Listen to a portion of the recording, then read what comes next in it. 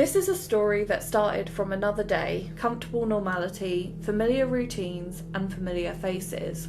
But then something shifts. A moment that fractures the normality and familiarity, and a life that once moved with steady rhythm suddenly falls into silence.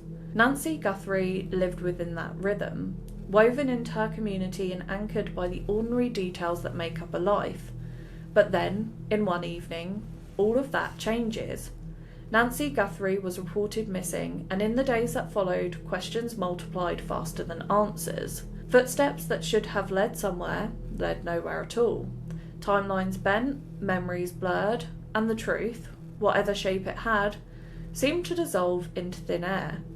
What happened to Nancy? Who crossed her path in the final hours? This is the story of Nancy Guthrie, her life, her disappearance, and the mystery that remains ongoing.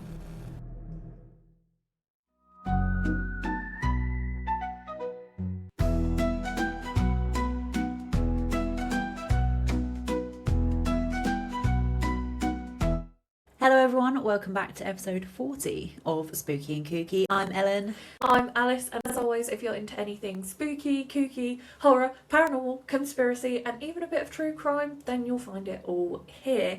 And today's subject is a recent case that has been catching headlines. I don't know if you've heard about it other than me saying I was going to cover it. Only very briefly, I don't really know much about it at all. Only like a TikTok. Yes. That's it. So this will be quite good to tell you about, and just because it's a recent one, I just kind of want to make it clear that there are going to be speculations and theories brought in of what other people are saying. Yeah. But I've kind of noticed a trend in kind of the true crime content creation community recently. And it's happened in quite a few cases. The Idaho 4 is a big one this happened in, where a case will catch media attention. Yeah. And a lot of people will follow the case, and then as the case develops day by day, content creators build a whole channel off making content on that With case the updates. solely. Yeah. And then when it kind of reaches a resolution, those content creators don't really have anywhere to go because their whole channel has been built around something.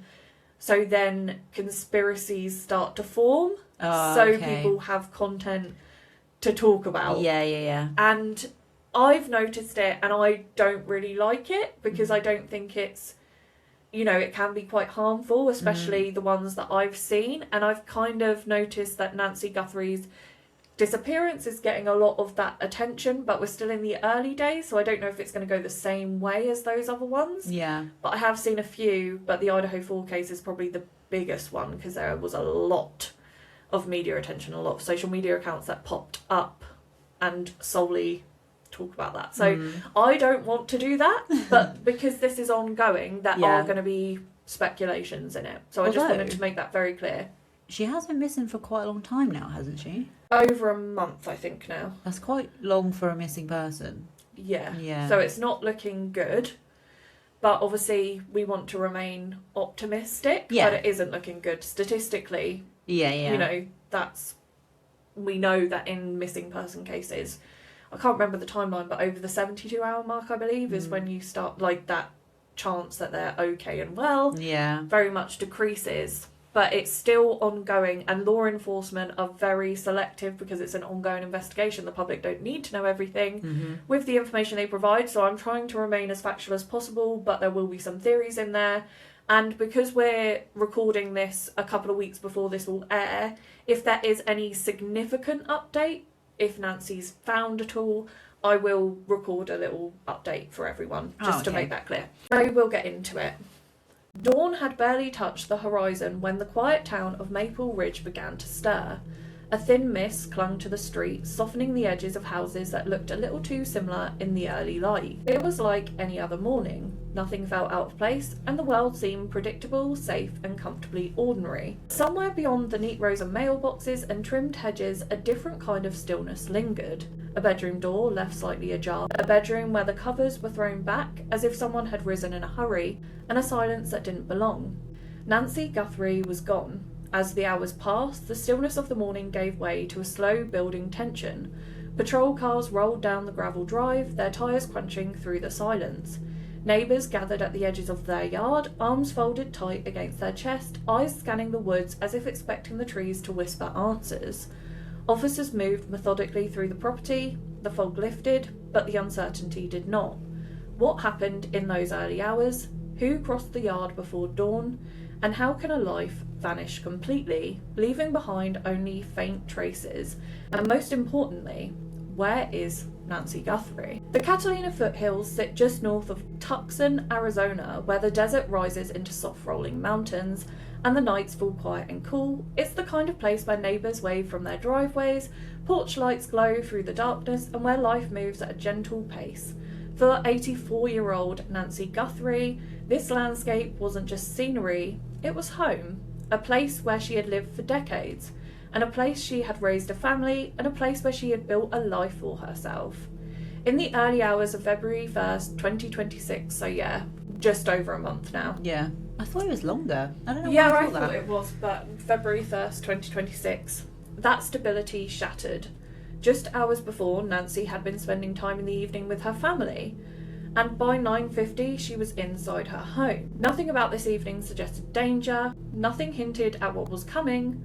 Just sometime after midnight, the quiet of the foothills was broken by something no one saw. At 1:47 a.m, police found Nancy's door camera abruptly disconnected, cutting off the last digital window in her home. By sunrise, Nancy was gone. She was reported missing later that morning, and what began as a welfare check quickly escalated into a full-scale abduction investigation, one that would draw national attention, mobilise multiple agencies, and leave a family searching for answers. So I'm just going to go into who Nancy Guthrie is, but for me this case is a little bit unusual because of her age. Yeah. And you think, who would target her? What is the outcome of it? Yeah. Yeah. It seems very unusual because I haven't heard many cases like this. Nancy Ellen Long was born on January 27th, 1942 in Fort Wright, Kentucky, in post-war America that was quickly changing. A time where families were tight-knit, communities were close, and the world felt big and small all at once. Those who know Nancy describe her as the girl who was thoughtful, observant, and steady. Not loud or flashy, but present in a way that made people feel grounded around her. Her upbringing shaped her sense of warmth and hospitality that she carried throughout her life. As a young woman, she moved west to Tucson, Arizona. She made this her home for many decades and embraced a slower rhythm. She married a man called Charles Guthrie and together built a life defined by closeness and deep affection. They raised 3 children, including a daughter called Savannah, who would one day become a household name as a journalist and broadcaster. Nancy was not someone with a spotlight in her community. Her work was steady and rooted in service. She spent years working at the University of Arizona, contributing to the daily life on campus, and thousands passed through each year. Her colleagues remember her as dependable, warm, and genuinely invested in those around her.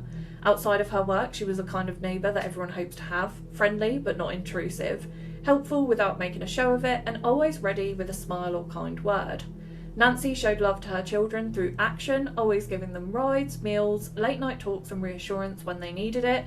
She was the steady presence in the background of her children's lives. The final hours before Nancy vanished was mundane, the kind of evening that should have faded into memory like any other. However, when something like this occurs, the ordinary becomes forensic, and every minute matters, every moment becomes a clue. So I'm going to go through the timeline, which is quite detailed, and it starts off on the Saturday evening before February 1st, so January 31st. Okay. Nancy joins her family for dinner at her daughter Annie's home. Surrounded by her loved ones, they eat, laugh and play games. Her son-in-law drives her home, and she is captured on her home security camera entering her house at 9:48, and the same security system captures her garage door closing at 9:50, which confirms that she was safely inside. And when there, obviously we don't know this, but likely she followed her bedtime routine and settled down for the night. At 1:47 a.m, her doorbell camera goes offline. 25 minutes later, another system detects movement, which was later released to the public in a still image of a man wearing a balaclava. At 2:28 a.m, her pacemaker app disconnects from her phone. Oh, how does that happen? in a minute I'll go into the phone disconnecting, so I don't know if it's because her phone went dead, right, or what happened to make the pacemaker. pacemaker do that. Yeah. Usually on a Sunday morning, Nancy would go to her friends to attend a virtual church service, as she always does. Yet she never arrives, and concern grows quickly and her friends contact her relatives. By 12:03, her relatives call 911 for help, and I imagine that concerns grew so fast because of her age. Yeah, and I guess she's very routine. Yeah, and if she's always there, and then maybe they were texting her and she wasn't answering, they quickly knew something was off. So they call her family, and very quickly she is reported missing.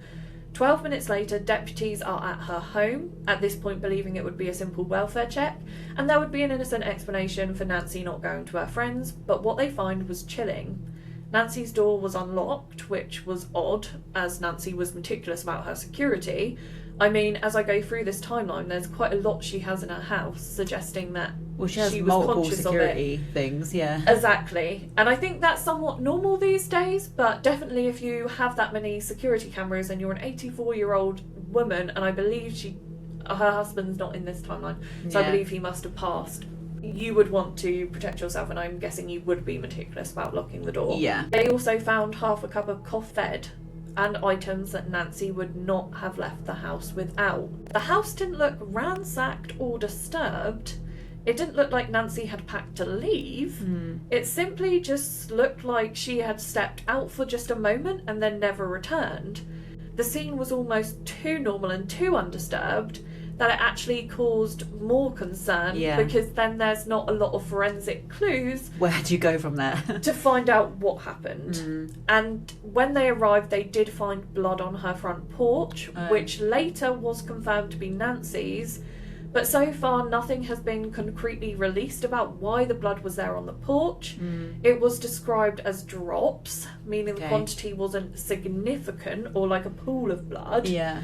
And it wasn't found anywhere else within her home. It was just on the porch. And to me, the drops of blood, I think what the police are doing and more concerned about is how the blood appears, to see if there's any clues, because I'm sure if you went in my flat, for example, you might find blood that's mine. That's from small something. quantities. Yeah. From even cut, like shaving my legs in the shower. There could be something there. And maybe it's old. It's not really clear from what's released from the police if they're able to tell how recent it was. So it sounds concerning, but because they haven't released much information of it, I don't know how significant it is to the actual crime.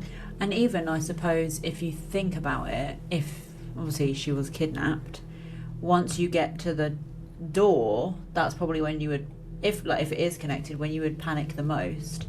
So even if she was like struck and had a nosebleed because she was like, oh my god, I'm actually being taken out of my home. Yeah. No, definitely. Search intensifies and the community comes together, but nothing is found. Then on February 3rd, which is day 3, something unexpected happens. Media outlets, including TMZ, receive letters demanding millions in Bitcoin. The messages carry deadlines for the money to be transferred, the first of which was February 5th, and then February 9th by 5 p.m. The tone is chilling, and the letters contain implications for non-compliance to their demands, and those were even more disturbing. The full ransom notes haven't been released. Yeah. So we don't know what that is, but I think we can all safely assume that what it would be. On February 4th, investigators return to Nancy's home and fresh crime scene tape is wrapped around the property, only to be removed hours later. And I've seen quite a lot of people online criticising the search. And on TikTok, you've got crime scene investigators who make content about ongoing crimes, and they're always really interesting to watch because obviously they're the experts. Yeah. And I've seen them criticise how the place was searched, so I don't know enough of that to speak on it, but apparently there was just some things that the police should have been a bit more thorough. Is that because they just didn't take it seriously at first? Because like you say, it's very unusual for an elderly woman to be kidnapped. Is that why? Yeah, I don't really know. And I think the ransom notes, no one can solidly confirm. I don't know if the police have and just aren't releasing it, but the ransom notes you don't know if they are actual ransom notes or people just trying to profit off of this tragedy. Yeah. But to be fair, from what they find on the electronic camera, which we get into when the photos are released of the person, obviously it's clear that whoever that person was has something to do with this disappearance. Yeah. And it would make sense that there's a ransom note, because otherwise what is the motive? Yeah, what's the end game? February 5th, the first deadline passes, and Nancy's son Cameron releases a video pleading for communication from whoever is responsible. So her children have been very present, and Savannah obviously already has a media presence, and they've all been pleading for whoever wrote the ransom notes. They're like, we want to communicate with you, but you need to communicate with us. Yeah. The FBI also now joins the case, working alongside the Pima County Sheriff's Department. February 6th, another message arrives, this time to a local news station, and they forward this on to the authorities, along with the IP address of wherever it was sent from. That evening, investigators again comb through Nancy's property, placing evidence markers and even climbing onto her flat roof, trying to find any clues. Okay. And they also towed her car away on that date, so looking for any... I'm guessing they have to store it in evidence to contain the scene, maybe. February 7th, investigators broaden their search and visit Annie Guthrie's home, where she was the night before she disappeared, which I find maybe this is one of the things that people are criticising, because surely that would have been done on the first day with the search of her apartment. Or maybe they just thought, we've seen on the security camera and it's been confirmed that she did return home, so whatever happened after that. But although you'd think you'd just double check to make sure they weren't followed home, or... Yeah, you would think you would just go there anyway for clues, but they went there. They did go there on February 7th. It just seems a little bit late for me. Yeah. Nancy's grandchildren also release a video, their voices trembling as they promise payment to her captors for her safe return. February 8th, investigators are seen examining a septic tank near the property. If they found anything here, they haven't released it, and I don't know if they had any clue to search there, or if it's just somewhere else you check. So personally, I don't really think it's anything significant. Otherwise, I think things would have been released, but it's just another place that you have to comb over, I guess. Yeah. And another news outlet decides to publish more details from a letter they received stating that it was asking for the equivalent of 6 million in cryptocurrency and a specific threat tied to February 9th. So there's a lot of letters coming in, so I think this is why you can't really confirm anything. Yeah, because I guess anyone could be sending those. Like, there's no other forms of communication, and they're not going to any one specific place. And also, I don't know if they're sending proof of life along with that. Yeah. So I don't know if they've actually sent any proof that they have Nancy. February 9th, Nancy's daughter Savannah posts a video, this time appealing to the public, and it's clear now that the family are running out of time if what is in those ransom notes is legit. Why so much money? Like, were they wealthy? Like, did they even have that amount of money? I don't know, because I don't know if this happens if the police kind of pay, because I've heard of other crimes. There was one in the UK actually, and we might have to cover it on the pod at some point, because it is literally one of the most horrendous story I've ever heard, and just a joke on the UK justice system part, but that's a story for another day. Yeah. But in that story, the police actually had money and they were going to the location to drop it off, but obviously the police were just heavily following the person dropping it off, but they had money. Oh. So I think I don't know if the police fund the ransom for you, or interesting, who pays it, but obviously Savannah is in the media. Yeah. So I imagine she has some money, but 6 million? It's a lot. It's a lot. I didn't know if she might be a reason why her mum was kidnapped. So that's one of the theories that we'll get into. Yeah, because if she has a presence, then... Why Nancy? Yeah, it just so seems random. so odd. February 10th, the FBI releases the images, grainy and unsettling as they were, but then this is the first time that the public get to see an individual who appears to have tampered with her camera, and they see him in the balaclava and they ask the public, if you recognise this man, please come forward, which is a long shot. Yeah.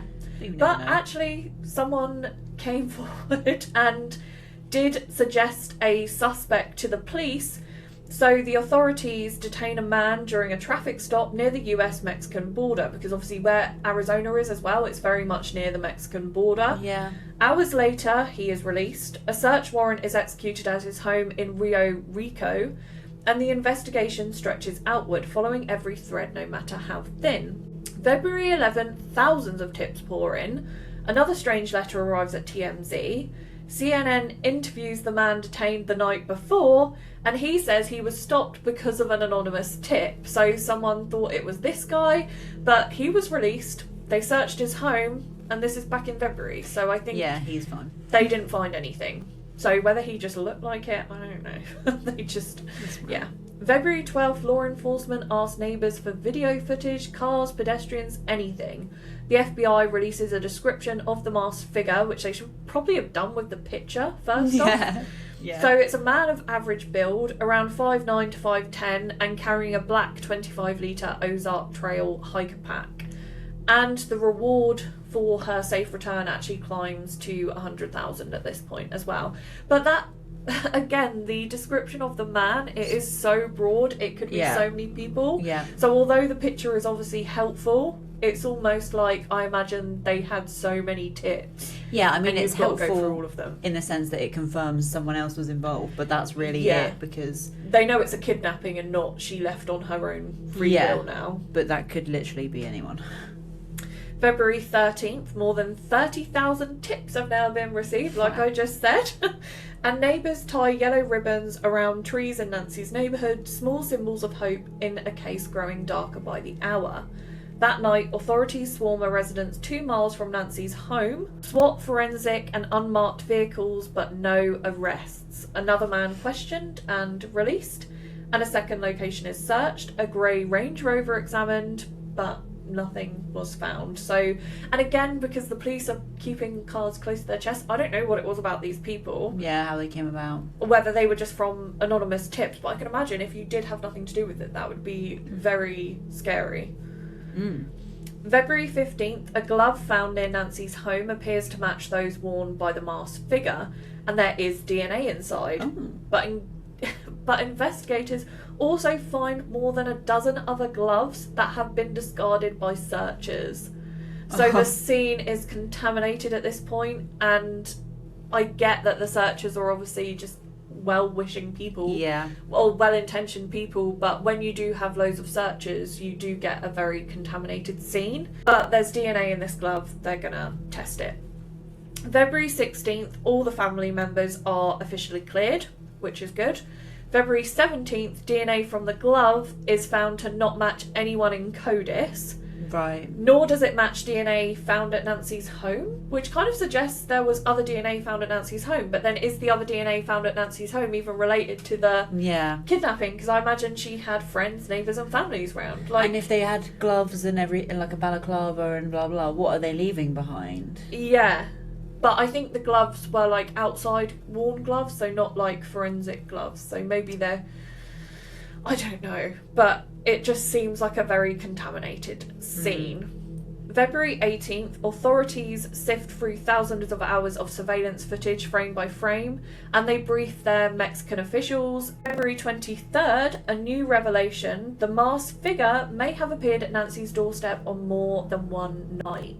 So this again is unconfirmed, but the images from the FBI release, some people believe that they look like they come from different dates. Something the person is wearing or doing in the pictures suggests that they could have been scoping out the property on another date.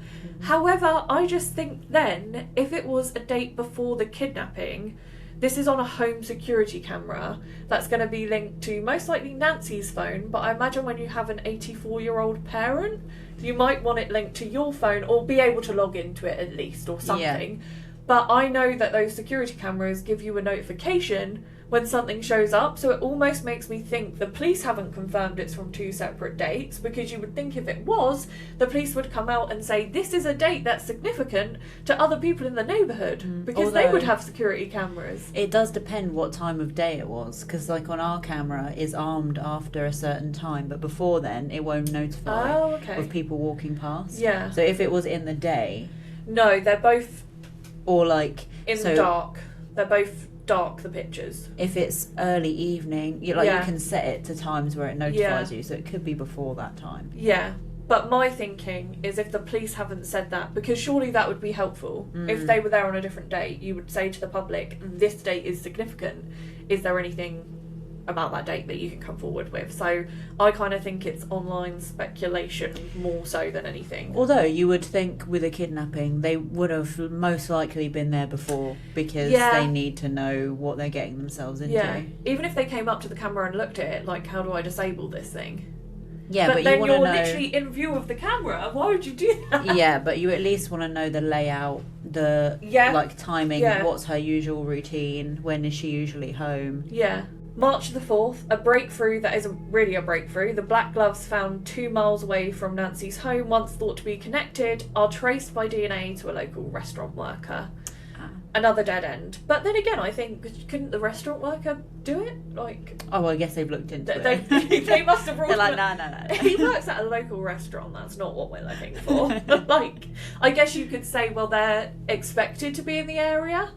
So can they even get a warrant to, like, search? But I think, because obviously they're trying to preserve life at this point, I would think they could, like, the threshold for a warrant would be low. Yeah, I would have thought that they checked it out and didn't just interviewed. March 12th, NBC interviewed investigators who said that they now believe they know why whoever did the kidnapping did it, and that it wasn't random, though they are not 100% certain. Okay. And they have declined to reveal the motive to avoid compromising the investigation, which obviously is expected, and I don't think they should reveal that motive because you want whoever is interviewed to have that chance of, like, slipping on guilt knowledge. But it just seems very wishy-washy, like, we know why he did this but we're not 100% sure, and we're not telling you. So do they really know, and what have they found that they know? Because it's like, you know, she was taken by this masked man. I think that's quite clear to put together. Yeah. But what have you found that suggests why they did it? Unless it's the ransom notes, they don't actually want to confirm 100% that those ransom notes are legit and they did it for money purposes. But why Nancy? That's why it makes me think surely it has to be the journalist's daughter, because I just can't see any other reason for it. It's very odd.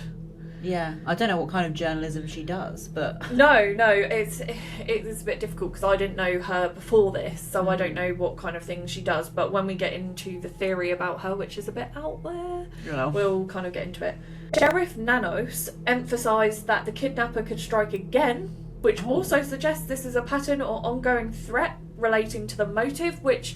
In all fairness, I've seen other cases where they come out and say, we don't have a suspect in custody yet, but this was a targeted attack and the community don't have to worry. But we don't know who did it and we don't know why they did it, but it was targeted, don't worry about it. And I just think that's quite irresponsible because you want people to be on guard, especially when you don't have the suspect. Yeah, but then they've said that they know the motive and it wasn't random. So how can you say that you know the motive and it wasn't random, but equally anyone can be targeted? Exactly, it's quite contrasting, isn't it? Yeah, unless like that sounds more sinister to me. If there's a motive and it can mean anyone's targeted, what is this? Because again, why Nancy? Then, or was it just opportunist, or was it pre-planned? Or did they just think, like, because she's elderly, she'll be easier, vulnerable, control? Yeah. And then, so what is the end game? Why are they taking these people if they can just?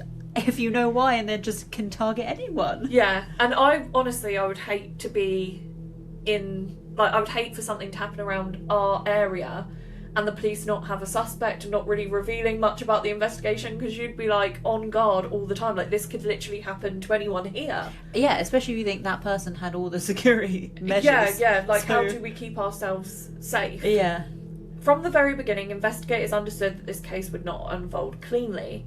What should have been a straightforward reconstruction of Nancy Guthrie's final known movements quickly became a labyrinth, one where every answer seemed to generate 2 new questions. They began with the basics: retrace her steps, confirm her last interactions, establish a timeline, but almost immediately the timeline refused to stay still. But I think it actually is quite a good timeline, like, whether what she was doing before or not, they know she got in her house and whatever happened to her in her house, but it's just, you want to know those interactions from people. But if they know the motive, what, like, I know why they're not saying what they're saying, but I wish they would. And they have quite a good timeline, really. Like, they have quite a good window of when this happened. Yeah. And clearly it was unexpected because, you know, she'd had a half cup of coffee, or and her bed was disturbed, I think you said. But, you know. Yeah. So. They do have quite a good timeline. Yeah. Really, but maybe it's the day beforehand it all becomes a bit discombobulated. It's just there's not much to go on, is there? Really? No. They moved outward, interviewing friends and neighbours, anyone who might have seen or heard something. Some interviews were simple and routine, and others were probably a bit tangled, because I think that's what you would usually expect from someone who doesn't know anything. And people don't always remember things perfectly, because it should have just been like another day. Like, you don't. That's what I was going to say. It's not everyday memorable. Things, yeah. No. Neighbours recalled seeing her kitchen lights on unusually early, suggesting Nancy may have been awake before sunrise, and her car was sat in the driveway exactly where she always left it. The curtains were open in the familiar way she preferred, which on the surface everything looked normal, but then there were details that only became unsettling in hindsight, like a porch light left on longer than usual, a dog barking at an hour when the neighbourhood was normally silent, and a text message she never replied to, despite always responding quickly. So I think the text message was the next morning when she was meant to go to the church thing with friends. Yeah. The dog barking, I feel like it could be significant, but you could just have a dog who saw a fox or whatever wildlife they have. She didn't have a dog. She had a pet. It said beloved pet, so I don't know what that was. I didn't look that up. That it's probably out there, but I don't know if that's why that's significant, or if it's just another thing, because there's not much to go on. Yeah. A neighbour thought they saw her car leaving the driveway, but couldn't say with certainty who was behind the wheel. A passerby claimed they saw a woman matching her description walking along a nearby road, but the timing didn't fit the established window. So I feel like the car leaving the driveway, I don't really understand, because surely that would have to be in the morning then, but someone and was it was seen... returned because they took the car, so that doesn't make sense. But also, so you drive her away in her own car and then bring her car back, so the forensic evidence of you is on it. Yeah, that doesn't seem well planned anyway. And they would have had to get back and then leave the neighbourhood, risking being seen again. But also, her pacemaker disconnected from her phone at like 2 something in the morning. So surely the car leaving the driveway, the neighbours aren't up at 2, surely. No. Because that would be like, oh, I saw her car pulling out of the driveway in the middle of the night, which is very unusual for 84-year-old routine Nancy Guthrie. Very memorable. So I think that's a nothing. I think they probably saw it another morning, and, you know, days later when they were interviewed, they brought it up. Yeah. Investigators pulled every digital thread available, and really the digital stuff is like the only concrete thing we know of. So they pulled phone records, GPS data, bank transactions, security footage from nearby homes, shops and traffic cameras, and also social media activity, because I think Nancy had a Facebook, and people online have actually looked at her Facebook and found a post from 2021, I believe, where Nancy posted about her Facebook getting hacked. And people are saying, could it be connected? It's a bit of a delay. Thousands of people get hacked. Yeah. And I just don't understand what it would even have to do with her kidnapping. It's a bit of a leap. But also, they're going to stalk her for 5 years? She's an 84-year-old woman, and she would have been like 79. I don't think you would wait, because any day. And I just don't know how you leap from hacking your Facebook to kidnap. No, and this is the thing with online speculation, like I was saying at the beginning. People will take things. So there could have been like, say you went missing, and before you went missing, there's you walking down the road captured on CCTV. And you were actually just walking down to the local shops. Yeah. But people will see that and be like, maybe she was going to meet a drug dealer. Yeah. Maybe she was going here, there. Maybe she was meeting up with this random person in the community, and we're going to actually dig into them, dox their information online. People get... Honestly, it's a pet peeve of mine at this point, because people just get crazy. Just completely run wild with it. Yeah, and in social media, not that journalism ethics are great in the normal media... But social media really is the Wild West, and people are just getting doxed here, there and everywhere. and people really look into people's lives who may have nothing to do with it and put them out there and make horrible allegations about them. And actually, going back to the Idaho 4 case again, a online psychic TikToker, a psychic sleuth as they call them, she had alleged that someone had perpetrated this crime, and she has just been ordered to pay 10 million in damages. So wow. That's... People get sued. So oh my god. Well, yeah, in America. Yeah, and they literally had like nothing to do with it. They were just blasted online, and obviously the court decided, yeah, no, this isn't right. So wow, just be careful because you might get sued. But what they found was not clarity, but a deeper mystery with all of the digital records. Her phone didn't fade out gradually. What they found, like, it wasn't a way that was her battery dying. Right. It's just stopped transmitting abruptly, as if it had been switched off or destroyed. Her bank card showed no activity after that morning. A nearby camera captured a vehicle similar to hers, but the footage was grainy, distorted, and impossible to confirm. Digital evidence, which often sharpens a case, only blurred this one further. And like going back to the vehicle, like another person just had her car. Like I really don't think they used her vehicle. Yeah. I can't see that. Some people came with sightings that thought was Nancy, but other people just came with their own rumours and like elaborate theories, but obviously the investigators have to follow them all. Someone saw a woman resembling Nancy at a petrol station, and what did I say last episode? In missing person cases, I'm just saying it seems to be a bit of a pattern that these gas station people see a lot. Yeah. Always see that. Gas stations see stuff. Yeah. There was a car abandoned near a wooden area, which was probably a nothing because that's not turned up anything. And then the social media post that Nancy had made in 2021, which literally just eye roll. Each time hope rose, and each time it collapsed. Weeks passed, and then it turned to a month. The case file grew thicker, not with answers, but with contradictions, dead ends, and fragments of information that refused to fit together. And I actually think, in most cases, especially missing person cases, and especially like kidnappings, this is quite general. Unless you find them very quickly, if it's an ongoing thing, There's you get nowhere like to go. this where it's just ongoing. Eventually, the investigation shifted from active to ongoing, which is a bureaucratic phrase that quietly acknowledges what no one wants to say aloud, which is the trail has gone cold.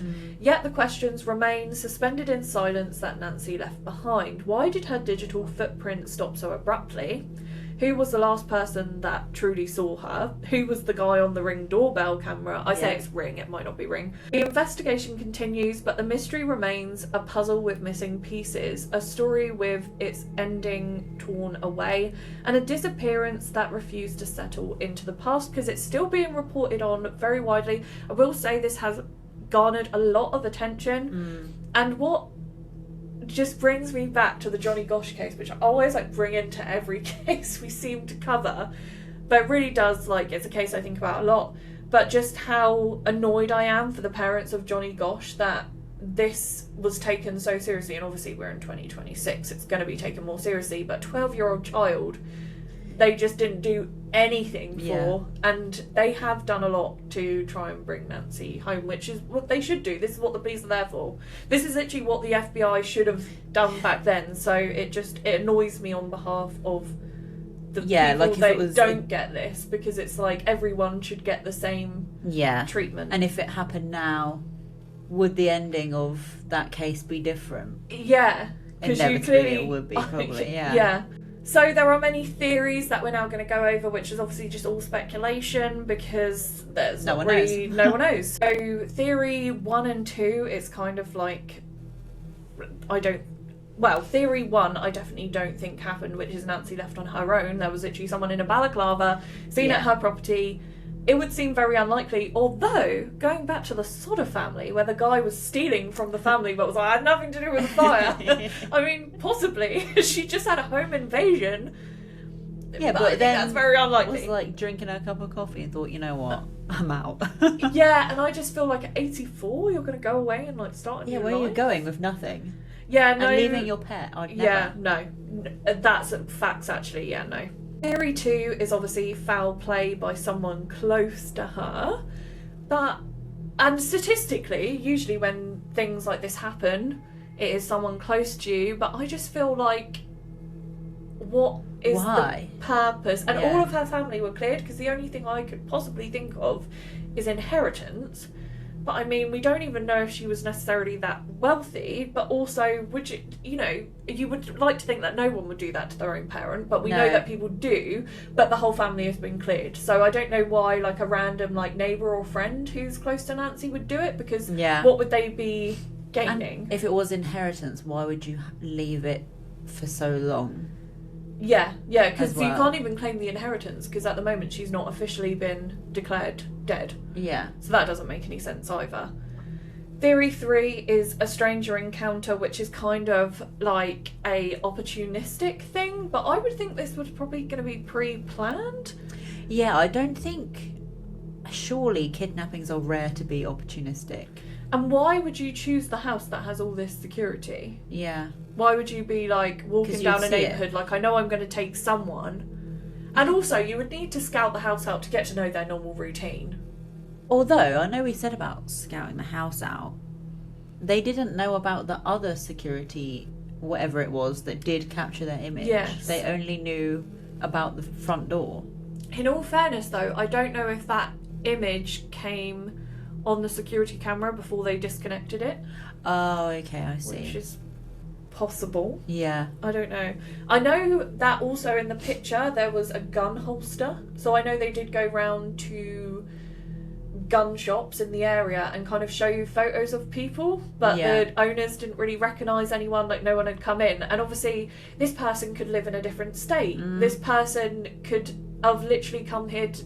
But then how would they know about Nancy? That would have to be a stranger thing, but almost a stranger thing that has been pre-planned, which is obviously possible. Yeah. But you would have to find someone to target to want to do that. I don't know. It's just very odd. And I mean, obviously I do think it's quite clear that they would have had a weapon, and that doesn't necessarily mean that they would kill her. It depends what their motive is, but obviously to take someone by force, it's easier to do with a weapon to threaten them with. So I don't think it means that she definitely isn't alive, but obviously the amount of time that passed, it's not looking good.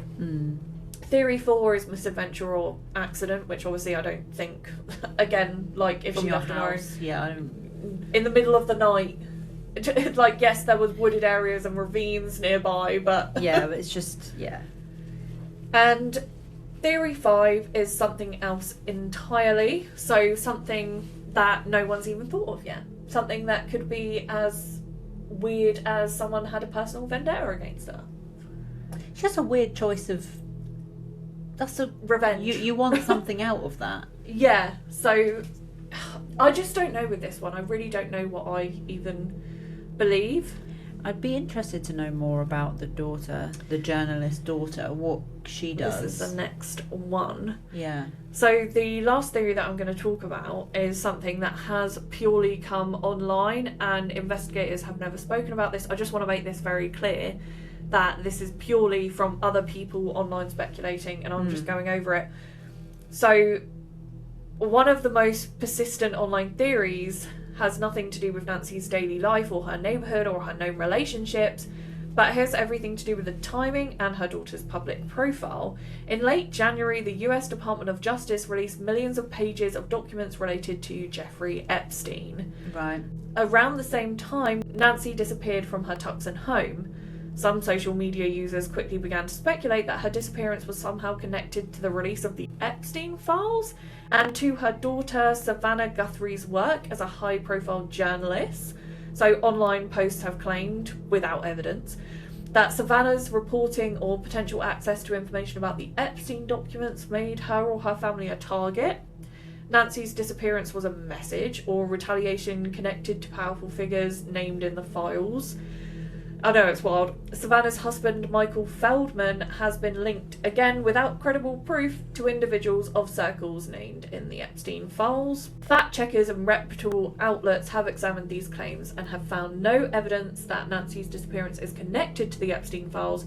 Any person named in the Epstein documents has been tied to her case, and Savannah's reporting or her husband's professional history has any verified link to what happened to Nancy. So, my major problem with that one is how many journalists are talking about the Epstein files, how many people on social media are talking about the Epstein files, and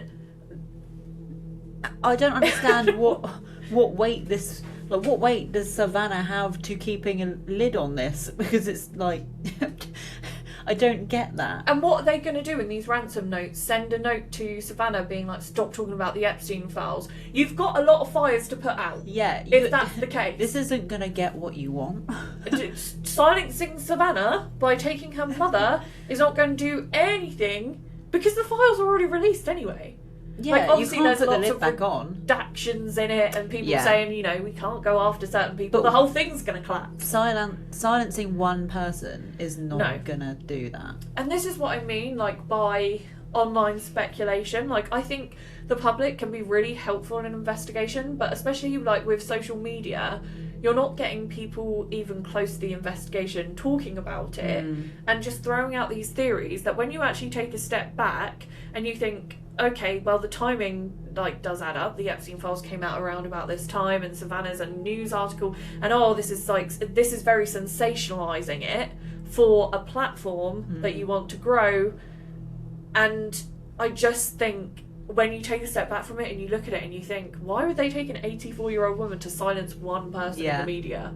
But equally, it's just human nature to want to have an answer to it. So you just go looking for one.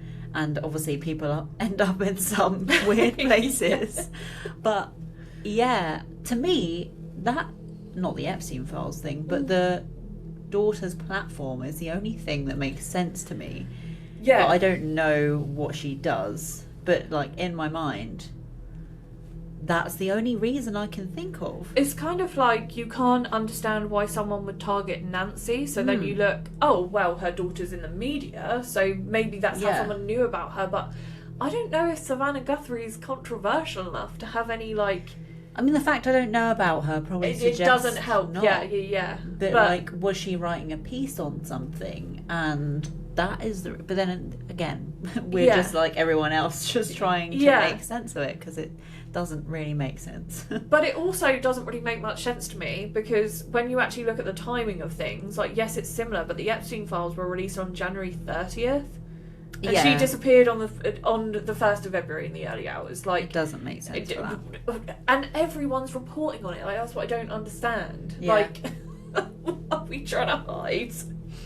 That's perplexing. Yes. It's interesting because, there's just no clear motive. Yeah. And just like you say, you just want to know what the police think it is, because if they think they know it, what is it? Because I want to know. Obviously, everyone wants to know.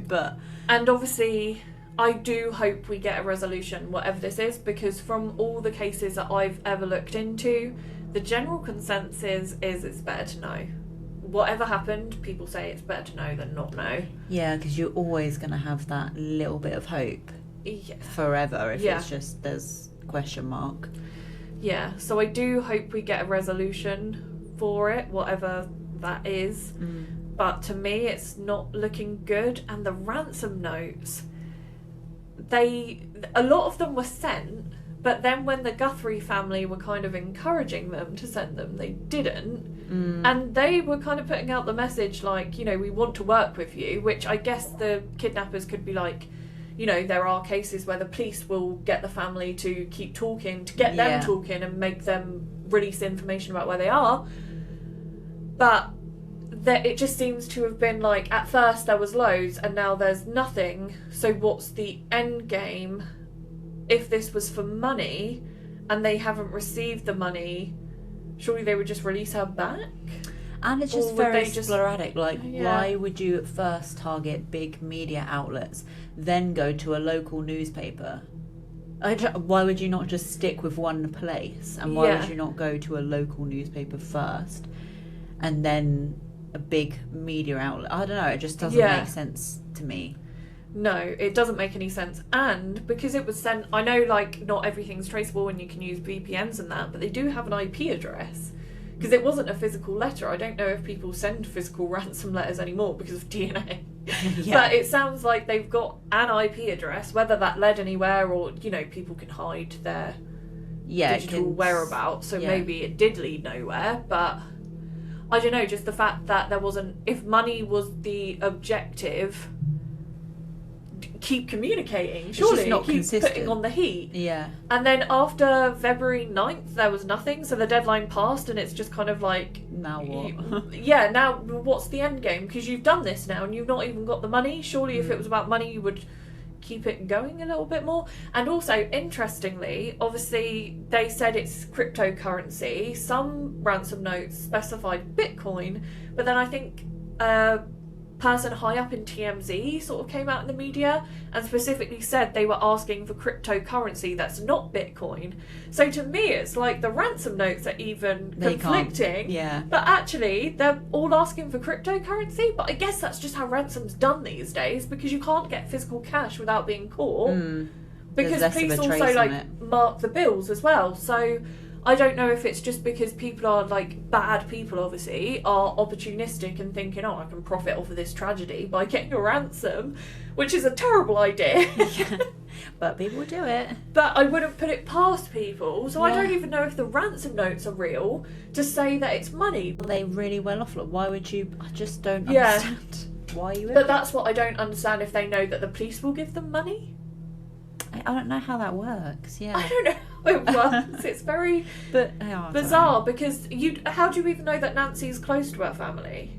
Exactly. Like, how do you know she has a family? Whereas if you took, say, a wife who lives at home with her children and her husband, it's you know that... Yeah, how do you know that she has any family around? How do you know she has any children? So obviously you know her enough to know that people... And I mean, obviously... anyone's going to care about someone when they've been kidnapped. Their neighbours and community would still care about them. But I just think you must know somewhat about her to know that there would be a ransom. If money's even the motive, which it might not be, because the police, for all we know, could have looked at those and been like, they're not legit. They're just people trying to chance it. They've got no proof of life. They've got no proof they've got Nancy. Because usually in ransom notes, they send something to say... that they've or got include them. some sort of detail which only someone they would know. Yeah. In the end, the story of Nancy Guthrie is not finished. What happened to Nancy in those early morning hours remains hidden, sealed somewhere between the silence of her home and the vastness of the world beyond it. Investigators have followed every lead, every rumour and every whisper.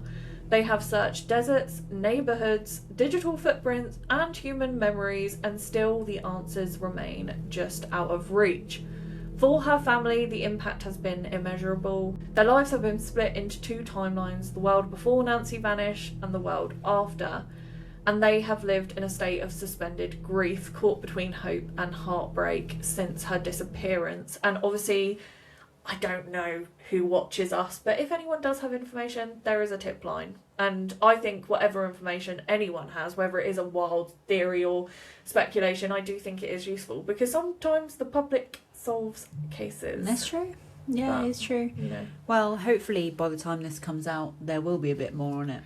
Yeah, hopefully. And I will include an update, but once it's posted, you know, just remember that this was recorded like 15th of March. So if anyone's watching it in the future when we do know more, this was recorded then when we didn't really know.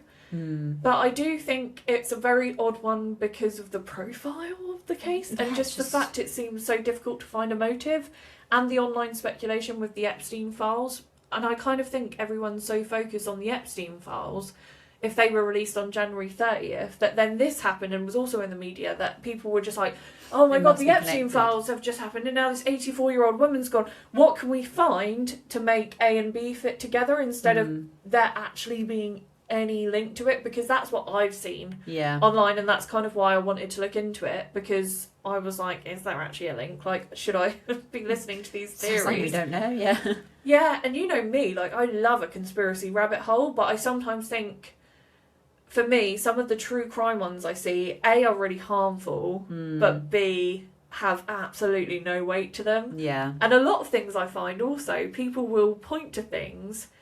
Like the other day I saw someone make a video about another case saying, this person had a fan on in their bedroom, like what could it mean? And it's like, well, maybe they just like the room cold. Yeah, not everything has to have a meaning. Yeah, and they look almost too much at it because they know they need to produce that content, and I think it can really muddy the waters, and it's something that I am quite passionately against, because I obviously consume a lot of true crime content, and I know that it can be harmful to families, so I want to make sure that the content I am consuming is like reporting and not the other stuff that is just noise and just people jumping on it. And I think that's what happens when you're looking at something for a long time. You start seeing things that aren't actually so things. irrelevant. Yeah, and so irrelevant.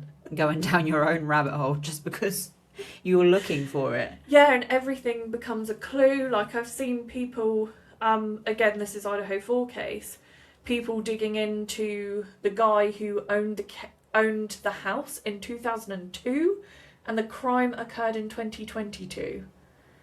Can you, and just put yourself in that scenario, you own a house back in 2002 and suddenly a crime happens in it 20 years later, and then your information is being put out online suggesting that you could somehow be involved.